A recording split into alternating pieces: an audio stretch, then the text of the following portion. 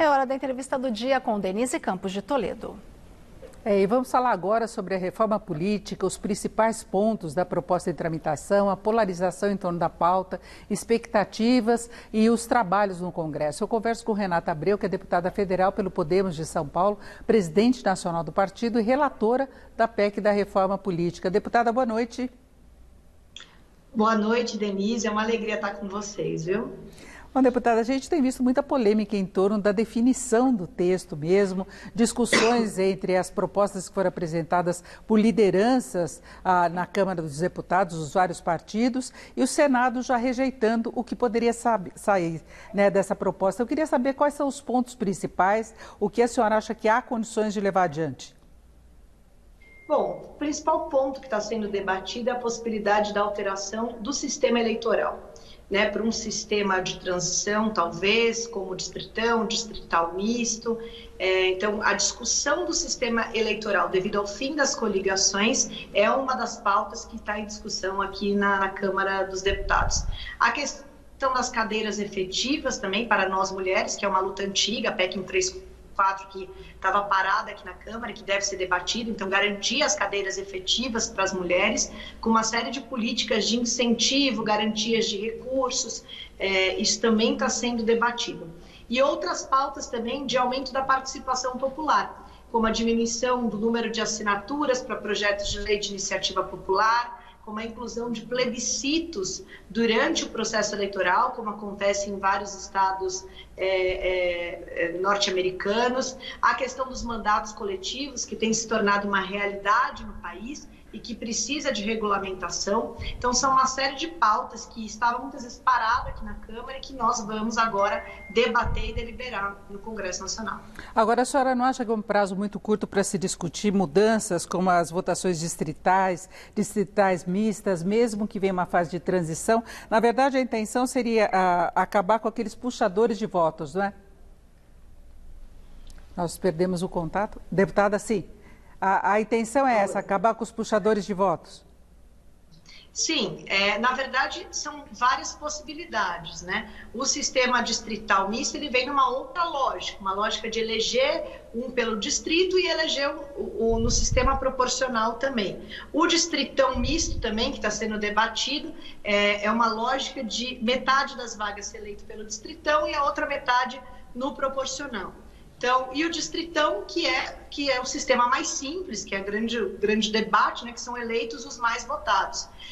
Na verdade, não é um tempo curto, porque a pauta da reforma política ela é discutida praticamente de uma forma permanente aqui na Casa.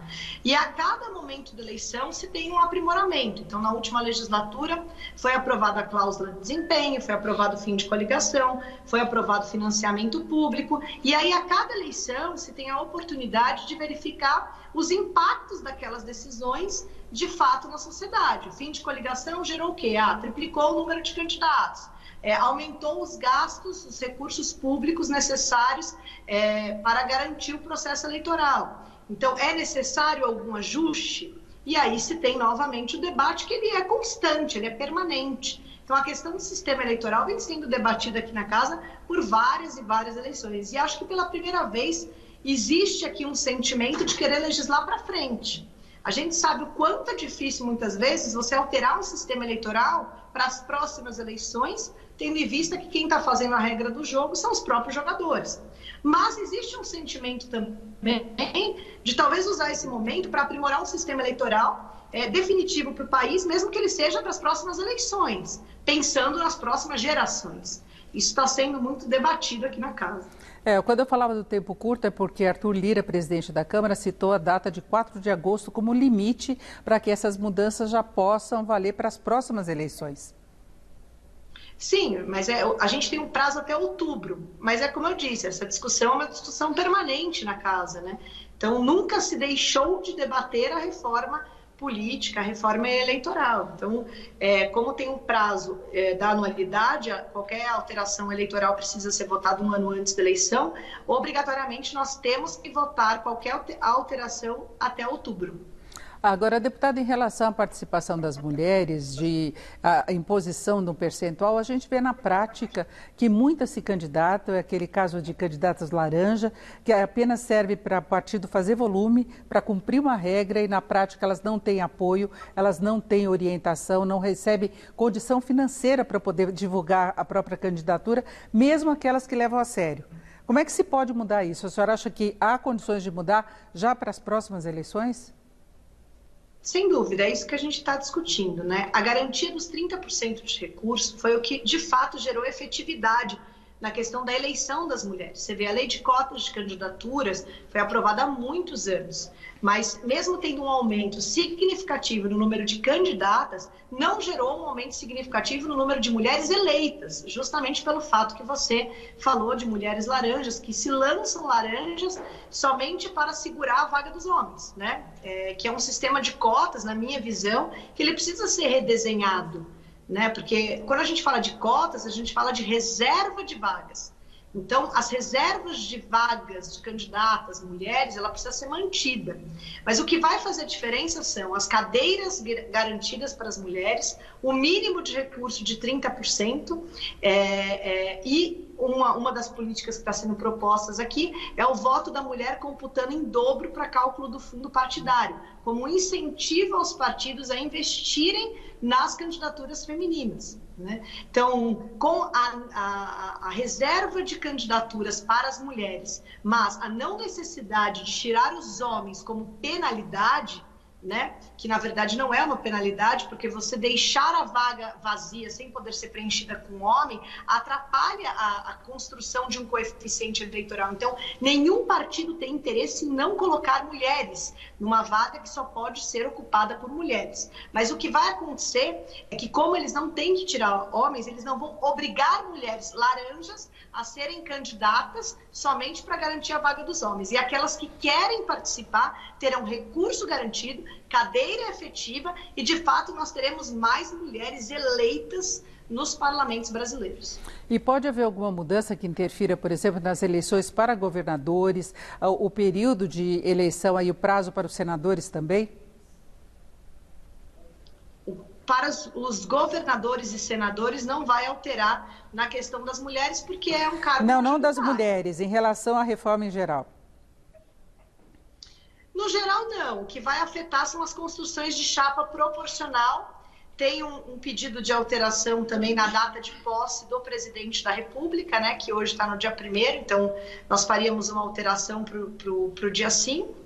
E, a princípio, não, nas cadeiras efetivas e no sistema eleitoral, que acaba impactando, na verdade, nas chapas proporcionais dos governadores, prefeitos, mas mais relativo ao sistema proporcional.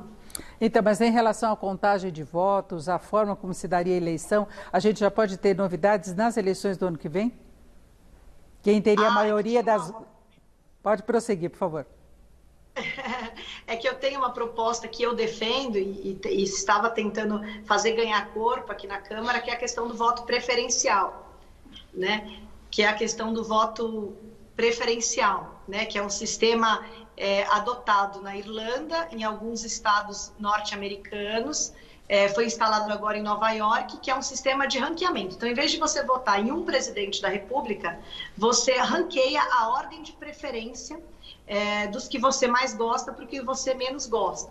E aí você acaba com o segundo turno, então você tem uma diminuição de gasto nas eleições, e se ninguém atingir 51% na primeira rodada, vai para a apuração do segundo voto, do último colocado, e a exclusão vai transferindo os votos para os outros candidatos. Parece complexo, mas ele na verdade é simples, porque ele aproveita os votos de todos os eleitores e ele, na verdade, não tem 2 turnos, ele tem 3, 4, 5 turnos simultaneamente rodando sempre. Então, ele evita a polarização, ele torna uma eleição mais propositiva, porque a rejeição conta muito no momento de apuração dos votos. É um sistema mais democrático, porque E essa era uma ideia que a gente vem apresentando com alguns partidos e com alguns deputados, e estamos tentando emplacar, que nós entendemos que seria um grande avanço para uma política mais propositiva no país e uma harmonização tendo em vista que ele evita um pouco a polarização e esse discurso de ódio que acaba se propagando na política. Perfeito. Nós ouvimos Renata Abreu, que é deputada federal pelo Podemos de São Paulo, presidente do partido e relatora da PEC da Reforma Política. Deputada, muito obrigada. Uma boa noite. Obrigada. Boa noite, Denise. Com vocês.